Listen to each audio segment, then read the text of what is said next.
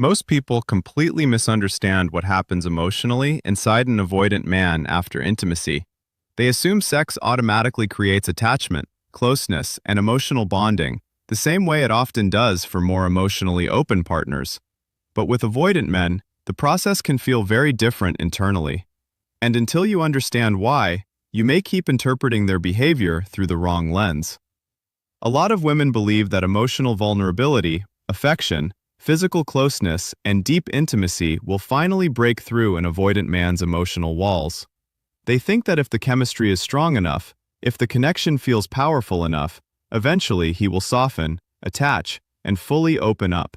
But psychologically and neurochemically, the experience inside an avoidant man can work in a very different way. While one partner may leave intimacy feeling emotionally bonded, connected, and reassured, the avoidant man's nervous system may still remain guarded underneath the surface. Instead of relaxing deeper into emotional attachment, his brain can stay locked in self-protection mode. This is why so many women feel confused after incredibly intimate moments. The connection felt real. The chemistry felt undeniable. Yet afterward, he becomes distant again. What many people fail to realize is that avoidant attachment patterns are deeply connected to stress regulation. Emotional closeness itself can activate tension inside them. So even when intimacy feels good physically, their nervous system may still interpret emotional dependence, vulnerability, or sustained closeness as psychologically unsafe. That changes the way bonding chemicals affect them. For many people, physical intimacy increases feelings of emotional closeness because oxytocin, often called the bonding hormone, rises during affection, touch, and sex. Oxytocin helps create emotional trust, attachment, and feelings of safety.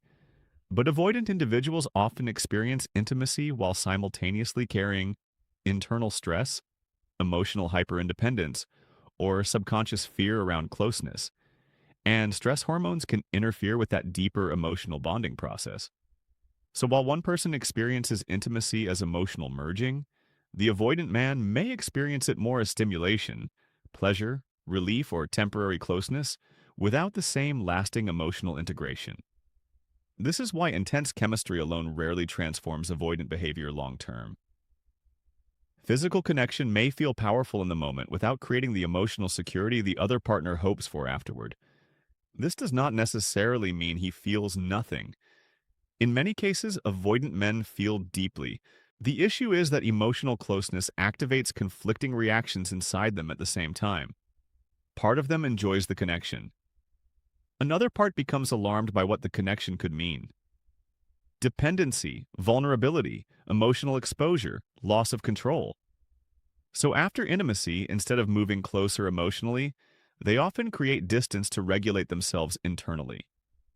This is why so many relationships with avoidant men become confusing cycles of closeness followed by withdrawal. The intimacy was real, but it also triggered fear. Now here is where the deeper misunderstanding happens. Many women respond by increasing emotional intensity. They become more vulnerable, more emotionally available, more expressive, hoping deeper affection will finally create security inside the relationship. But emotional pressure often activates even more avoidance because the avoidant nervous system interprets increased emotional expectation as danger rather than comfort. The truth is that avoidant men often bond more deeply through experiences that create emotional safety without overwhelming vulnerability. They bond through trust built slowly over time, through consistency, through shared experiences, through feeling emotionally accepted without feeling controlled, through calm connection instead of emotional intensity. What creates deeper attachment in avoidant men is not usually emotional flooding. It is emotional safety combined with respect for autonomy. This is why many avoidant men become more attached in relationships where they feel psychologically safe, emotionally respected, and free to remain themselves rather than emotionally managed. When they stop feeling pressured to perform emotionally at a speed they cannot regulate, their defenses soften gradually instead of activating automatically. And this changes the entire relationship dynamic. Instead of intimacy becoming a cycle of emotional highs followed by distance, it starts becoming associated with safety, stability, and trust. They stop seeing closeness as something that threatens their independence and begin experiencing it as something that coexists with it. That is the real shift. Because the goal is not trying to force emotional bonding through intensity alone. The goal is creating an environment where emotional closeness no longer feels dangerous to their nervous system. But there is another important truth here too. Understanding avoidant psychology should create clarity, not self-abandonment. It should never become an excuse to endlessly tolerate emotional unavailability or inconsistent behavior while hoping someone eventually changes. You still have to ask whether the relationship is emotionally sustainable for you. Because even if an avoidant man cares deeply, connection alone is not enough to build a healthy relationship. Emotional availability, consistency, communication, and willingness to grow still matter. A relationship cannot survive on chemistry without emotional participation. So the real question is not simply whether intimacy affects him. In many cases, it does more than he admits. The deeper question is whether he is emotionally capable and willing to build a connection that moves beyond temporary closeness into consistent emotional presence. Because real love is not just about feeling something during intimate moments. It is about being able to remain emotionally connected after those moments end. The deepest fear an avoidant carries is not abandonment itself. It is the moment they realize the person they kept at a distance understood everything all along. The partner they underestimated was never unaware, never naive, and never emotionally blind. They were simply patient enough to observe the truth before deciding whether to stay or walk away permanently. An avoidant often moves through relationships believing their emotional defenses are invisible. They assume the person staying beside them does not fully recognize the patterns unfolding underneath the surface. In their mind, patience means innocence. Understanding looks like weakness. Kindness becomes proof that the other person is too emotionally attached to notice the inconsistency. So they convince themselves their cycles of closeness and withdrawal remain hidden. The sudden distance after intimacy, the inconsistent affection, the emotional shutdowns, the disappearing acts whenever feelings deepen. They believe these behaviors are too subtle to be fully understood. They assume the mixed signals are confusing enough to keep the other person questioning themselves instead of seeing the larger pattern clearly. But eventually, the illusion breaks. What unsettles the avoidant most is not simply being noticed. It is realizing they were fully seen the entire time. Their partner was quietly paying attention, connecting the dots, remembering every emotional shift, every withdrawal, every moment where closeness was followed by distance. The silence they interpreted as confusion was actually observation. The calmness they mistook for weakness was emotional intelligence. The patience they relied on was not blind tolerance, it was evaluation. That realization changes everything internally. The avoidant suddenly understands that their emotional habits were never mysterious. Their coldness was visible. Their inconsistency was obvious. Their disappearing acts were not interpreted as complexity or independence. They were recognized as defense mechanisms rooted in fear. And that truth becomes deeply destabilizing because avoidants spend much of their lives trying to control exposure. Emotional distance becomes armor. Independence becomes protection. They carefully manage closeness to avoid vulnerability while unconsciously keeping the other person emotionally invested and uncertain. But once they realize the partner saw through the entire pattern, the sense of control disappears. The most difficult part is understanding that the partner stayed by choice, not confusion. They were not trapped. They were gathering information, watching, learning, waiting to see whether the avoidant would eventually choose growth, honesty, and emotional responsibility. Every emotional retreat became evidence. Every shutdown after intimacy became part of a larger picture. Every broken promise, half-hearted effort, and emotionally unavailable moment was mentally documented with clarity. The avoidant eventually realizes something painful. The person they assumed would stay forever was actually assessing whether the relationship was emotionally safe enough to continue. This becomes a turning point because avoidants often rely on distance to maintain emotional power. They withdraw expecting pursuit. They create silence expecting the other person to bridge the gap. They pull away assuming the connection will remain available no matter how inconsistent they become. But eventually the partner stops chasing. and that moment hits harder than the avoidant expects. The person who once fought for closeness becomes calm, centered, detached, not out of revenge, but out of clarity. They stop over-explaining. Stop trying to decode mixed signals. Stop forcing emotional depth where it is consistently avoided. That shift forces the avoidant to confront accountability. Suddenly, the old strategies stop working. Silence no longer creates confusion. Emotional distance no longer controls the dynamic. Inconsistency no longer keeps the other person emotionally trapped, because once someone sees the pattern clearly, manipulation loses its power completely. The avoidant begins replaying the relationship differently in hindsight. They remember the moments where their partner responded with understanding instead of chaos. They realize the calm reactions were not weakness, they were strength. It takes emotional maturity to remain steady in the face of unpredictability, to stay grounded while being given mixed messages, and to observe someone carefully instead of reacting impulsively. This realization often creates guilt the avoidant cannot easily escape. They understand too late that the partner never wanted perfection. They only wanted honesty, effort, emotional participation, and consistency. They were not demanding flawless vulnerability. They simply needed someone willing to remain emotionally present instead of constantly retreating whenever intimacy became real. But the avoidant confused emotional independence with emotional avoidance. They believed shutting down protected them. They believed distance created safety. In reality, it slowly convinced the other person they were alone inside the relationship.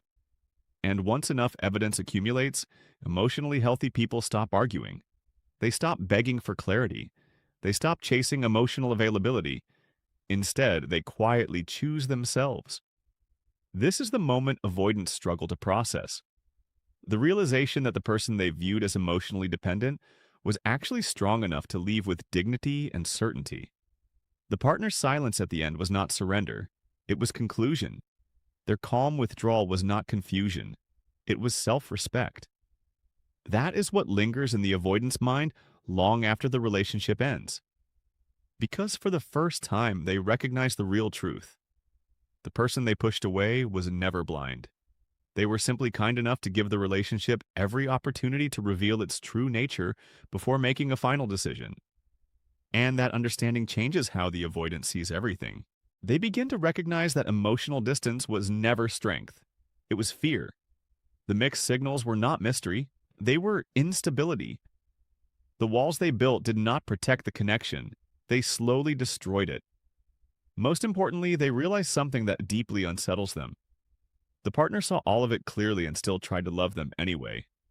That is the part they replay endlessly, not because they lost control, but because they lost someone who understood them completely and still hoped they could become more emotionally available than they were willing to be. And by the time the avoidant fully understands the weight of that loss, the person who once waited patiently is already gone, carrying clarity, self-respect, and the quiet certainty that love should never require abandoning yourself just to keep another person from running. Most people misunderstand what truly changes an avoidant man during intimacy. They assume the breakthrough comes from emotional vulnerability alone, from pouring out feelings, creating romance, or hoping physical closeness will finally make him emotionally available. But for many avoidant men, connection works differently. What creates attachment is not simply intimacy itself, it is the feeling of shared experience. The moment the dynamic shifts from passive interaction into partnership, something important changes psychologically. One woman once described how her avoidant partner became noticeably more engaged the moment she stopped approaching intimacy as something happening to her and started treating it like something they were exploring together. Instead of silently hoping he would feel closer afterward, she brought curiosity and playfulness into the experience. She would pause, laugh, experiment, and say things like, "Wait, let me try something," or "What happens if we do this differently?" That small shift transformed the energy completely because now the interaction felt collaborative rather than emotionally demanding. This matters more than most people realize. Avoidant men often disconnect when intimacy feels overly emotional, performance-based, or loaded with expectation. But when it feels interactive, exploratory, and shared, their nervous system responds differently. Instead of feeling trapped inside emotional pressure, they begin feeling engaged inside a joint experience. Another major misunderstanding happens in communication itself. Most people assume bonding happens after intimacy, during long emotional talks or affectionate reassurance. But avoidant men often connect more deeply through interaction during the experience itself. For them, communication is not separate from intimacy. It is part of the intimacy. Think of it like two people working together towards something, rather than one person trying to emotionally extract closeness afterward.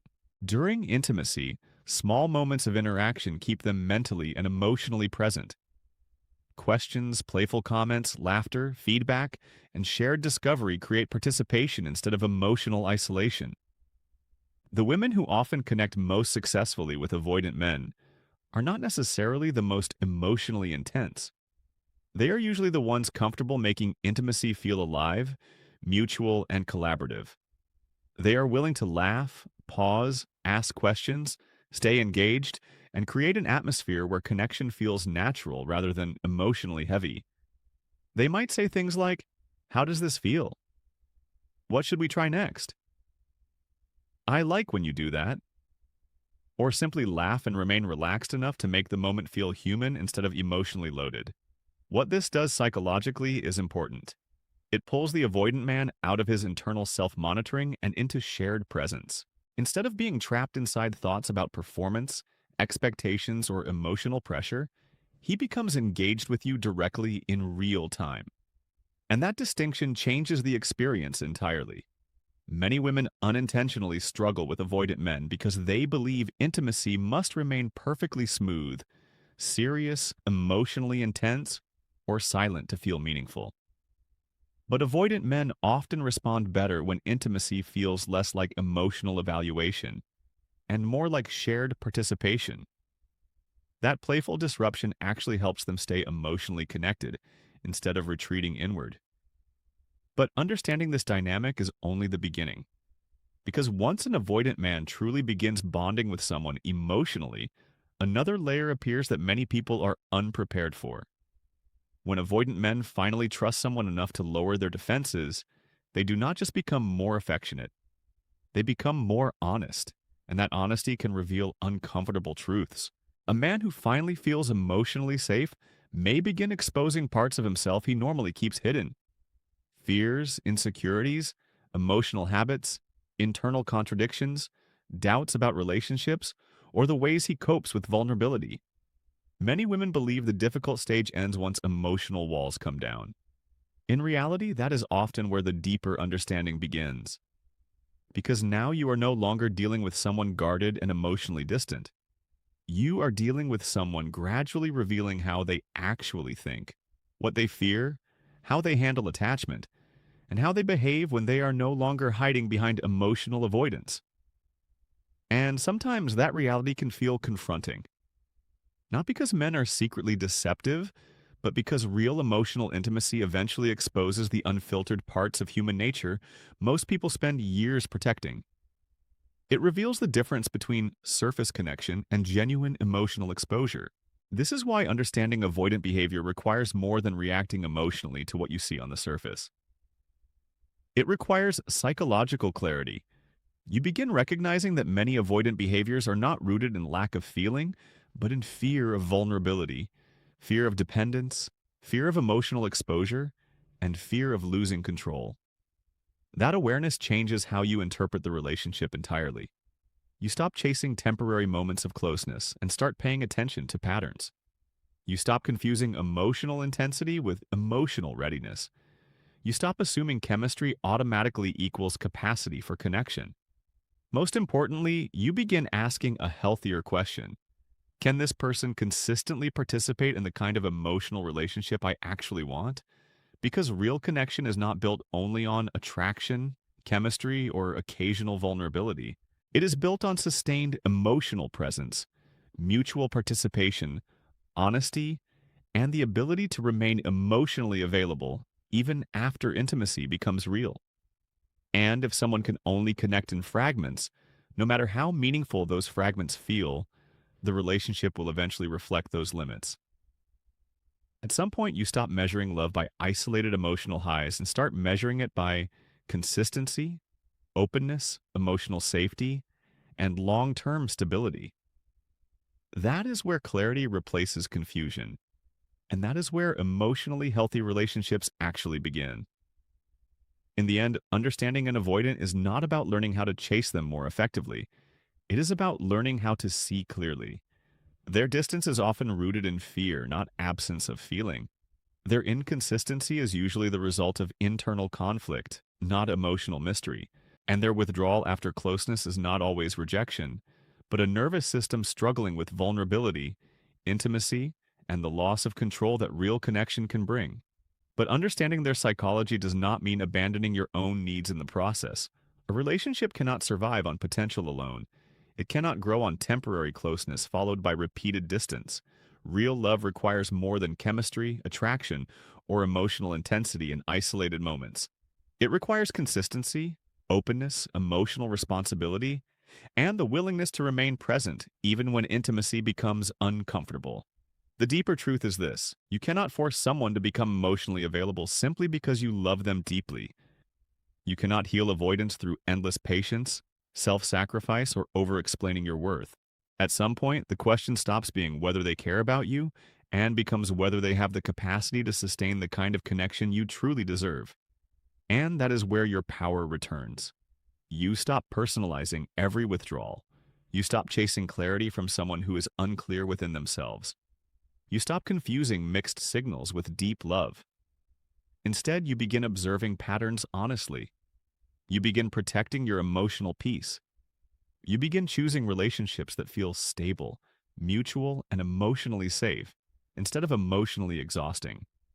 Because real love does not leave you constantly recovering from inconsistency. It does not require you to shrink your needs, silence your feelings, or live on emotional uncertainty. Healthy love allows closeness without fear, honesty without punishment, and connection without constant instability. And perhaps the most important realization of all is this: the strongest person in the relationship is not always the one who withdraws. Sometimes the strongest person is the one who stays patient long enough to understand the truth and brave enough to walk away when that truth no longer supports their emotional well-being. At the end of the day, love is not measured by how intensely someone feels in fleeting moments. It is measured by how consistently they can show up, stay emotionally present, and build something secure over time. Because real connection is not just about touching intimacy for a moment. It is about having the emotional capacity to remain there together.